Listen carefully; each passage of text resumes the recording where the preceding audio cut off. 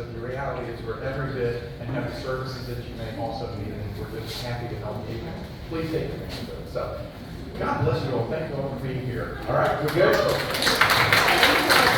And then one other thing, they are also printing our directory, our new directory that is coming out. So 2 plugs on that. If you have not yet done it, please do it today because it is going to print. If you have not updated your information, please make sure that your website, your category, your phone number, your address, all of those things are updated through your portal. And if you do not know your sign-on information, this lovely lady right here will help you with it. Darlene will help you get your sign-in, your login information so you can update that yourself. If there's been any changes, sometimes someone moves and forgets to update it. So please, can you hear me? Yeah. Please make sure that those things are updated, any changes that you have. Now, without further ado, I have the honor of introducing Miss Debbie Massey, who served, I'm sorry, come on up! You are the next contestant on Good Morning Galveston!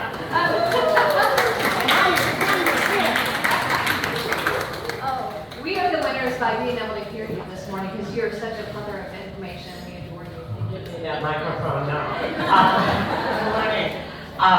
Correction though, you are not going to have to listen to me for very long today because your speakers are Karen Miller, who is the founding and still Executive Director of Moody Early Childhood Center, and Antonio Ford, the founding and still Deputy Executive Director of Moody Early Childhood Center. But before I actually turn over a mic in less than a minute, I spoke, Gina let me talk to you all a little bit last month, but for those of you who weren't here, I'm going to do the Reader's Digest on Moody Early Childhood Center and then turn over the mic to Karen and Antonio. Moody Early Childhood Center started in 2016 as a unique, one-of-a-kind experiment in early childhood education. It is a partnership between our public school district, which in Galveston, thanks to the Board of Trustees and the leadership of GISD, delivers full-day pre-K3 and pre-K4 education. So that was one side of the partnership. The other was a brand new early childhood education nonprofit. They went together and went into San Jacinto Elementary School, and the idea was you start a curriculum at 6 weeks, and you carry it all the way up to and through kindergarten. You share teacher training and discipline. So you start a child very young and carry them all the way up to their elementary school entry into kindergarten.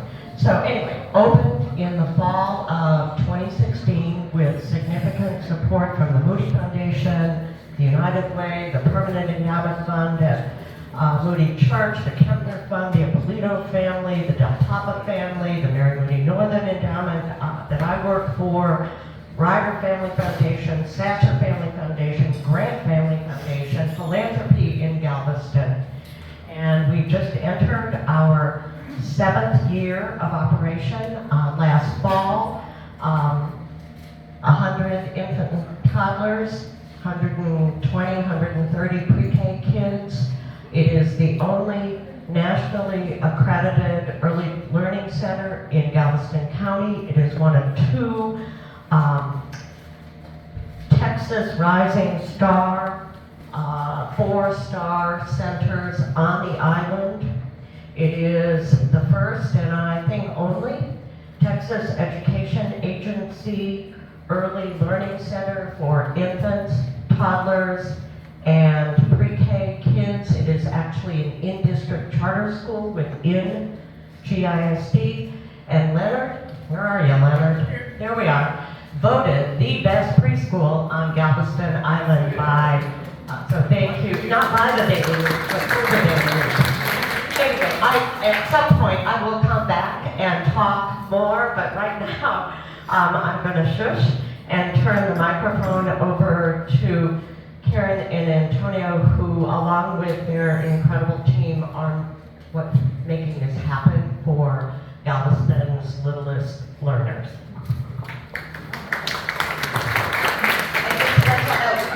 Factor in how long she talks into our speech, so we took all 7 minutes right there. So today we're going to be talking about leveraging resources, and we're actually going to be looking at community things we can do to help build your companies back up from pandemic. So I'm going to read a quote. I'm not going to try and read my whole paper, but I'm going to read a quote. It says, "A crisis can bring people together and facilitate a collective spirit of endurance. They can also push people apart, and individuals distrusting one another and predominantly looking after themselves." So I kind of have the downer of this whole speech, right? So if you go back, if anybody was around for 911, think about what happened then. So that was a big major crisis. It was a big major epic proportion of loss.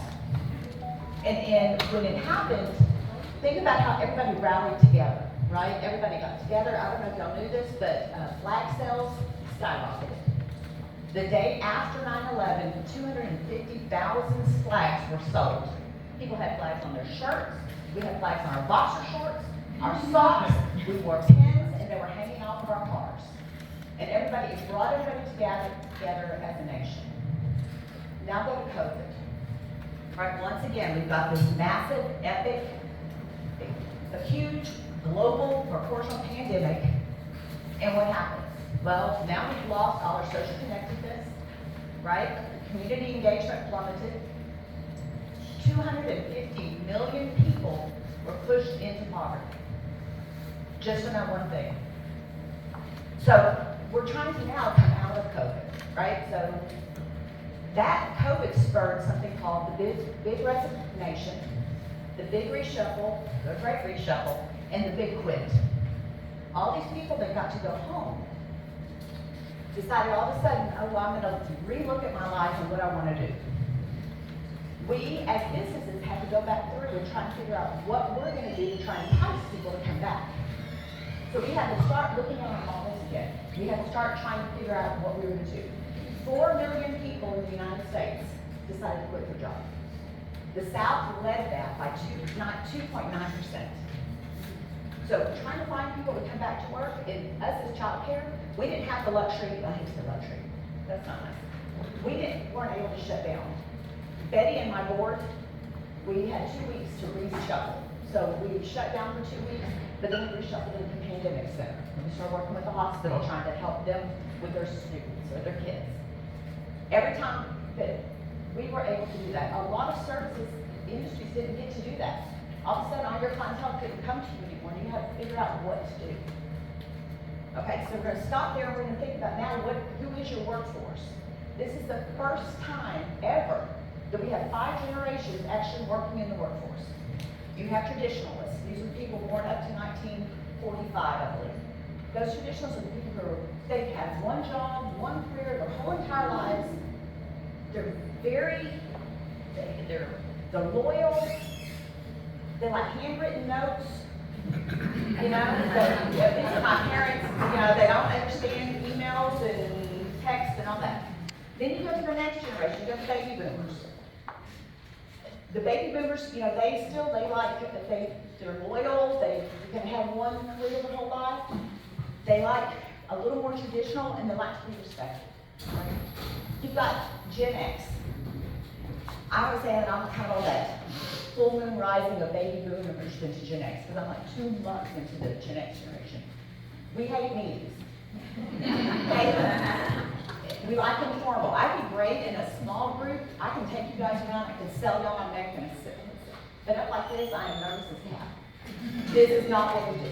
We don't like meetings. We like very informal conversations. Send it in an email. I'm great. I don't need to sit and listen to everything. Going to Gen Y, they also call them millennials. They get a bad rap. They really do. So I'm looking around. There's some people you guys are getting there. Millennials were born up into the year 2000. They're very competitive. They also want you to feel like that you can, they want to take your responsibility. let me take over and let me run some things. They like instant messages. I thought when people said that DM me, that sounded ugly to me. They want you to message them, they want you to text them. And then the Gen Zs that are coming up, those are kind of very new. There's very little of Gen Zs in the workforce right now, but they are coming up and they like creativity. So now all of a sudden, we're gonna have to start working our work and how we can incorporate them into our atmosphere, especially when you're like me. One thing we laughed at is, we were like, oh, we're gonna give everybody a parking place. There's no doubt, so you can't park. So we thought we were gonna reward people with a parking place. My staff was like, I want cash. I want a gift card, I want a day off. Give me a day off and I'm thrilled. So it's time to rework it. So after the pandemic, Metro we had to kind of restructure our model and what we've been doing. Besides, we can't continue to up people's salary. A lot of people are like, we can entice you with a good starting salary, but you can't just continually pay them. And in a lot of businesses, we don't have a lot of money, so I can't just continually up my salary, give everybody raises and bonuses. And one of the things they would tell us is, well, for a job, well, what are you going to do? I came to work every day this month. What are you going to do for me? You get a check? That was our, what else do you want? But they want to be rewarded for their accomplishments. I'm old school. I'm at work every day. I don't need to be rewarded. I don't need people to tell me things. I don't need you to ever do any kind of compliments. But it makes me very uncomfortable also. I don't want to do it. So we had to do it. We kind of worked off a model. It's called the SHAKE model. So each letter is an acronym, of course. S is we had to start thinking as a startup again, right? We had to rebrand ourselves. We had to decide what we're going to do. What's our base salary going to be? How are we going to do increments of raises? Then we started looking at the H, which is the human nature. What do my staff need? What do they want to get them back at work? Do they need to be safe? Do they need to feel secure? Do we need to make sure we clean? Then we look at the A, which is we have to accelerate the technology. We have to figure out we're still working on that. Try how to get our applications up online. How can we get everything done so people can facilitate without actually having to come into the building? The next letter is P. So we're having to look at how do we need to repurpose ourselves. We have to look at our mission. The board had to go back and focus back on the mission. Is this still what we intend to do? So if you're in a business and maybe it's, you do something online, you might have to shift it online. You might have to shift your whole business to sell online because you can't get people out there anymore. You can't get off the sales staff. And the last thing is to look at your environment. Look at your ecosystem. And this is where Antonio's going to take over. But this is where you have to look at what you have and what resources in the local community that you can use to help build your business back up. It's not the traditional methods anymore. And once again, we don't have the money, and a lot of people don't have the money to help keep facilitating it. Thank you. This is not my strong suit. I'm the man behind the scenes. I'm the individual that everybody tends to not like because I get wait a minute. This is the way how it happens. This is how it's going to be. One of the things that we try to do, we always try to hire the best and brightest. With hiring the best and brightest, is what is it that you need to do to keep the best and brightest? A lot of the young people, and that's what I call them, the young people, they come in and they don't want to put in what we would think is put in your time. Well, pay some dues before you start being charged something. Well, if you have that mindset and you don't become a little bit more liberal in the way that you think, you're not going to keep it. You've got to have people, you got to have that human capital to have individuals to be there when you need them to be there. And that's just a fact. Well, what we found is that money is a terrible motivator. It's not going to keep them here. They'll stay for a second and they'll move around. They will leave. They'll just come in one day and they'll tell you, and you'll try to do an exit interview and say, no, that's it, I'm gone. Because the reality of it is that a lot of them still stay at home all day. And they don't have to stay there. Maybe there's no need for them to stay there because they're still figuring it out and figuring themselves out. So you as business owners, what is it that you're willing to do? What is it that you think that you can do to help keep individuals engaged? Keeping them engaged is one of the biggest things that that us business owners, for us that are put in positions to need, have people there. What is it that we need to do? What is it that we can do? There's a few things that we did, that we put in place. We try to show more appreciation because a lot of individuals need that self-fulfillment of, oh, you're wonderful, you're good. Because the reality of it is that's what we do in the school system now. Once upon a time, they told you to keep your eyes on your own paper. Now they say they encourage group activity, collaborations, partnerships. Well, that whole partnership, collaborative effort, that's something that we as business owners, business leaders, we have to also do. One of the things that we've done and made is that we were started with a partnership type of mentality with GISD. Well, one of the things that we employ is that we want to be all things to all people. And it's also a marketing strategy. We brought in a week office. Well, what better thing to do? You have a week office inside of the daycare center. As soon as the lady becomes pregnant, becomes weak, well, that's our opportunity to say, hey, one-stop shopping. We also have health clinics inside our building. What can you do better than that? Not only can you come and get your milk and all that stuff here, if your kid's sick, there's no reason for you to have to go anywhere else.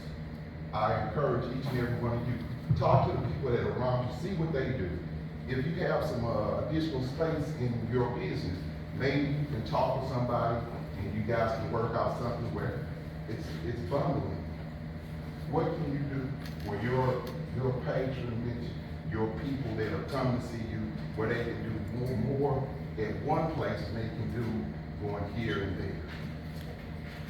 As business owners, we got to come into a mindset of we have to make it convenient because everybody likes convenience. I never thought that I'd see where people don't want to go in the stores anymore. Everybody's online buying stuff. I want to go and feel it. You know, to me, I love Home Depot. I love it, right? Everybody loves Home Depot. Well, when you go in now, there's already stuff already packed off to the side where people already bought it. And I'm like, what the heck is this? How did they skip me? You know, we have to bring that same model regardless of what you're doing. How can you bring that to your particular business? Because people want to know that they can go online and do it if they have to, do it if they can. One of the other realities is this, going back to the people, because it's the people that make us successful. It's the people. We have to have, each and every employee has to buy into the business. They have to feel that they do have a stake in the business, and they then become your ambassador. Every employee needs to understand that they are an ambassador for your business. If they are not bought in and they're putting forth the best foot, the best effort, the best statement about your business, their livelihood, then you're failing. What's the best word of mouth? Advertising, the best is the word of mouth. Don't get me wrong. Yesterday is fantastic. They are. But we need our people, we need those boots on the ground, we need those people that work for us to go out there and say, hey, have you came by? Hey, we do that over here. You don't want people out, making those snide remarks, oh, yeah, I'm just scared. No, we don't need that. And I'm going to be the first to tell you, if you have an individual that's not bought in, not sold to your business, you probably need to move them on and let them go find something else to do. It sounds harsh, but as I told you when I first stood here, I'm that guy. I'm behind the scenes, but we try to make it work. One of the things that I would encourage you to do, and I'm going to end it on this, is that if you have some type of trade groups, professional organizations, get into them, hurry up, get into them, and try to operate, saying that, hey, look, we operate by best business practices. We do things right. We do things top notch. And don't ever drop your standards. Regardless of what it costs, what person that makes them uncomfortable about what you do and how you do it, don't drop your standards. And with that, that's about all I got to say.